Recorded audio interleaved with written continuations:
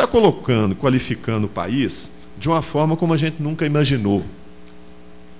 Quando eu falo a gente, eu falo muito da minha geração. Como vocês são mais novos, talvez para vocês não seja surpresa. Vocês já pegaram o Brasil no momento ascendente, né?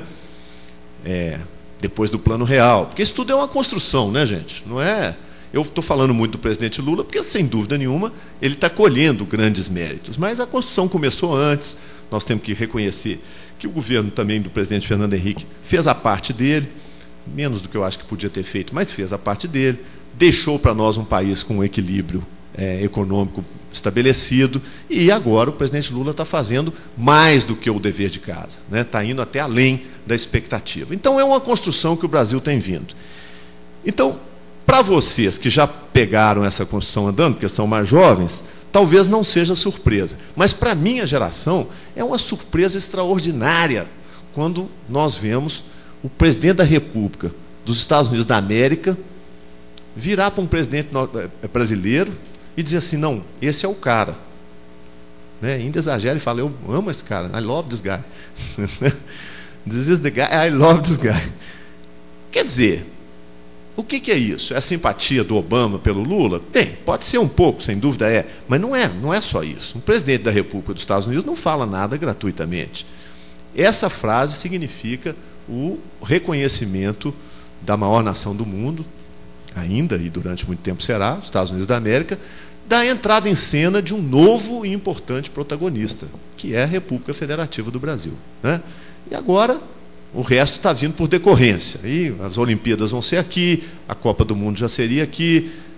Estamos colhendo os frutos de um trabalho persistente e continuado, que eu acho que é de todos nós brasileiros, mas com grandes méritos para o governo do presidente Lula, que soube ter responsabilidade e equilíbrio no momento certo. Vocês se lembram que no primeiro mandato o ministro Palocci foi muito criticado, porque praticava uma política econômica, grande parte dos economistas diziam que era um erro, que era uma política equivocada, e hoje está provado que aquele era o caminho certo que nós tínhamos que seguir, né? Então, o conjunto disso nos dá uma posição, nos dá ao Brasil uma posição extremamente, não vou dizer confortável, mas uma posição extremamente sólida para enfrentar não só a crise econômica, mas para entrar no século XX de forma adequada, de forma consistente. Eu acrescentaria a isso dois fatos, vou chamar de presentes, dois presentes que nós temos a alegria de ter ganho, da natureza, do destino, de Deus para aqueles que têm fé, não é? Respeitando, portanto, a crença de cada um. Mas tem dois presentes magníficos que a nação brasileira está ganhando e agora, nos próximos anos, vai poder desfrutar. E se tiver juízo, eu tenho certeza que nós todos teremos, e responsabilidade, essas duas coisas vão ser a nossa alavanca para o grande salto que está começando agora. De que eu estou falando? De um lado, o que vocês também estão acompanhando pelos jornais, pelo noticiário, a descoberta das reservas de petróleo da camada do pré-sal. Nós estamos falando de trilhões e trilhões de dólares em riqueza efetiva, né? É a principal matriz energética do mundo, que é o combustível fóssil, vai continuar sendo durante muito tempo, ainda que a gente tenha que insistir nas fontes alternativas de energia, claro, porque o futuro passa por aí, mas o século XXI ainda vai ser o século do petróleo, porque não tem nada economicamente competitivo com o petróleo, né? Ainda. Vai levar tempo para ter. E é bom que seja assim, para que a gente consiga construir uma alternativa ambientalmente correta, porém economicamente sustentável. É muito fácil o sujeito ser ambientalista sem responsabilidade, não é? Defender o meio ambiente não é praticar o ambientalismo irresponsável. Defender o meio ambiente é achar soluções sustentáveis de longo prazo. Então, é bom que a gente tenha o petróleo do pré-sal, porque o Brasil pode, a partir do petróleo do pré-sal, construir alternativas como combustíveis de biomassa e torná-las economicamente viáveis, porque, por enquanto, ainda não são. Mas falo do pré-sal. O pré-sal é um salto gigantesco. Nós vamos dobrar a nossa produção de petróleo nos próximos 4 ou 5 anos. Isso já está assegurado. só com os campos que já estão prospectados.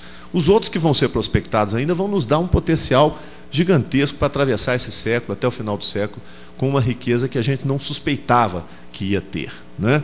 Dobrar a produção de petróleo, vocês sabem disso, o Brasil hoje já é autossuficiente em petróleo, nós não importamos mais petróleo.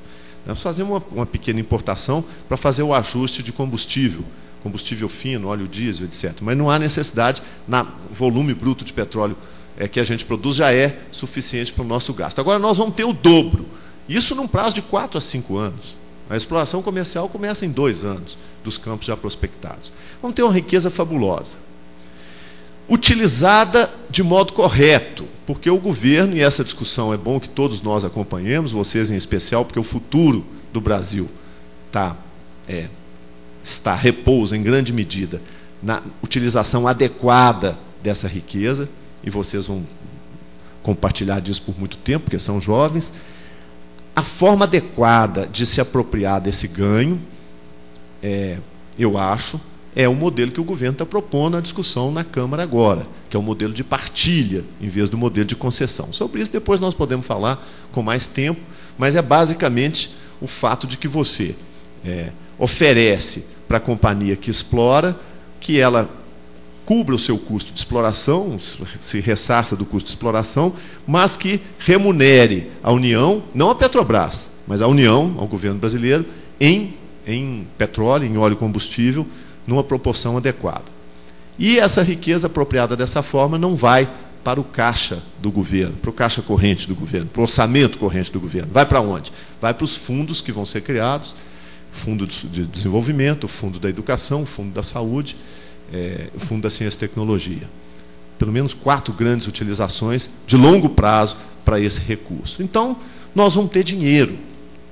Nós já estamos bem no Brasil, mas agora, além de estar bem, nós vamos ter dinheiro. Efetivamente, nós vamos ter capital, nós vamos ter dinheiro sobrante para nós investirmos no país no longo prazo. Resolvemos os gargalos da infraestrutura que ainda existem, resolver o problema grave de uma boa e adequada assistência à saúde, resolver o problema da educação no Brasil, que hoje depende não mais do aspecto quantitativo, porque vaga tem nas escolas para todo mundo, mas depende basicamente de melhorar a qualidade do ensino.